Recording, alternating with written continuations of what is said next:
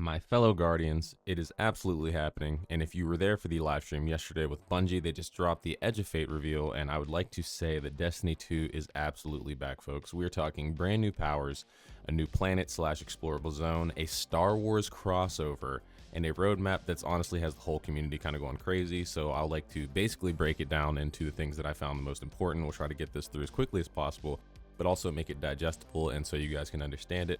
So with that being said, let's hop into the first bit of the video. So first and foremost, we did get the release date for the Edge of Fate, which is July 15th. And that's going to be taking us into a brand new saga, which is going to take place on Kepler. A lot of people thought it was reference to like actual, things that they had going on RL, but apparently it was for a Kepler station that was in the Bungie or slash Destiny lore. It's going to be a new location that's tied directly to the 9. And apparently it seems like they're kind of going for like a dungeon horror exploration, like cosmic horror vibe. It's kind of hard to really figure it out, but in terms of new gameplay aspects, we have a lot of new things coming in, as well as armor changes. But let's talk about some of the new abilities. One that we have is going to be Matter Spark, which honestly really caught me off guard. You essentially turn into a lightning orb and you can kind of zip through tight spaces or even use it in combat as well. There's the Relocator Cannon, which is teleporting past obstacles. It's the Fallen tech that we have available. And also Matter Morph. So you can basically change the terrain with Strand and a dark matter fusion. I guess the idea behind this is that the Guardians are able to use their light, whether it be light or dark strand, to essentially interact with this dark matter that is only present, if I'm not mistaken, on Kepler, and there's some type of bioluminescence that allows the Guardians to see this dark matter that would otherwise be unseeable. So I'm really excited about this. Seems like they mashed up Arc, Strand, and Void into almost like a build crafter's like dream scenario. Also, like I had mentioned, we have Armor 3.0, which is here. Gear now drops with fully charged set bonuses and new tier systems from 1 to 5. So you can now have gear that no longer, it doesn't go to 10 energy slots. You'll have essentially 11 slots. So for instance, if you have a slot where you want to have triple weapon surge, whether it be Arc, Solar, Void, whatever that is, and you still want to be able to get 2 points into discipline or something like that, where you may be limited before because that costs 3 points and then 2 for the discipline, you can still squeeze out some more stats with that. So really looking forward to the things you're able to do in terms of min-maxing builds and pushing those resilience and all the other stats past those limits in ways that you'll be able to allocate to others. And also next up, they announced the portal, which is apparently the new activity hub. So say goodbye to the director that we've known for quite some time. The portal is going to be the new activity finder, and that's going to let you go into whether it be fire team ops, pinnacle ops, solo, or crucible ops.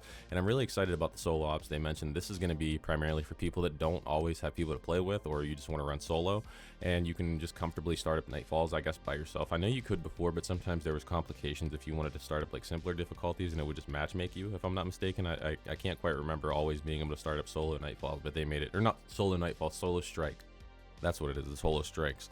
So really excited for that. You're going to have, I think, 50 plus modifiers to customize the way that you grind these strikes. There's all the way up to I forget what there's Grandmaster, and then there's another difficulty past 50. I forget the exact name. I'll just put it up on the screen whenever we get into the editing, because there's a specific name for it. It's supposed to be the same level as contest mode, but I know it's not called contest mode. So also, with all the stuff they did announce, we have obviously Rite of the Nine, which went live yesterday during the event. And it's essentially going to remix a lot of the older dungeons like Prophecy, Inspire the Watcher, and it gives you more 9-themed loot and lore.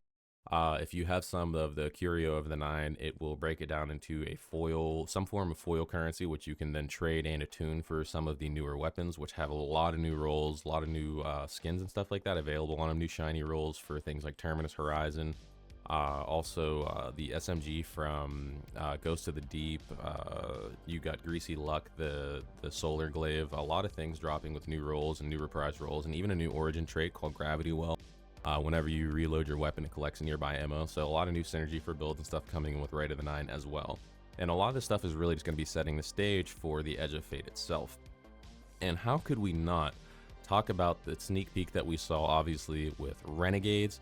Folks, Renegades is literally dropping it's a full Star Wars crossover. They're going full Star Wars. I can't even believe it. We're talking lightsabers, Han Solo's blaster, and even Guardian skins inspired by Vader, Kylo Ren, and Grievous. Like, this is going to be absolutely insane. I think they really hit the nail on the head with some of the stuff that players wanted to see with the most recent Star Wars collaboration. I think it went extremely well.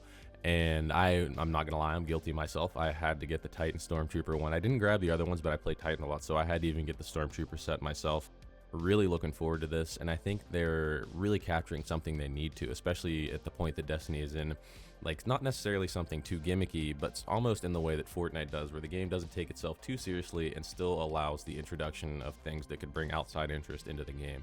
I'm not saying that Star Wars and Destiny have similarities. I'm not this crazy Star Wars nerd, nor do I know anything about the lore. But I feel like the space vibes mesh really, really well, and it's not that strange to see Star Wars in Destiny, if that makes any sense.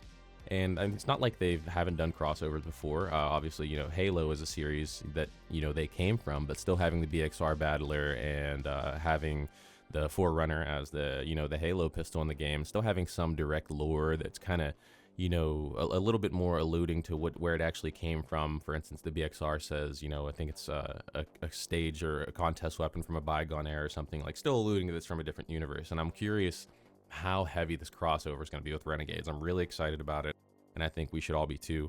And obviously we have the pre-orders that are live now too. You got the Ultimate Edition, which includes both expansions, the new raid and dungeon, and the Exotic Sniper New Land Beyond, which is obviously the reprise sniper from D1, No Land Beyond, which is in the game and available for you guys to get now. Then we have the Star Wars armor sets and obviously the seasonal exotic drops, folks. It's pretty packed. I'm not gonna lie, I must say, Destiny is super back. Like I said, Destiny, in my opinion, is back. We got new powers, new planets, Star Wars collab, and a roadmap that's got us covered into 2026, folks. I was honestly skeptical given a lot of the reception of Marathon, and I can't lie, I'm extremely hype about the future of the game currently, especially seeing a lot of the new weapon skins, some of the stuff attached to the shinies, and it seems like they're genuinely listening to the community on a lot of features right now. Let me know and what you're most hyped for in the comments, and don't forget to like and subscribe for more Destiny content. Eyes up, Guardians, and obviously eyes up for the future. It's been your boy Turk here at SGN Hub. Peace.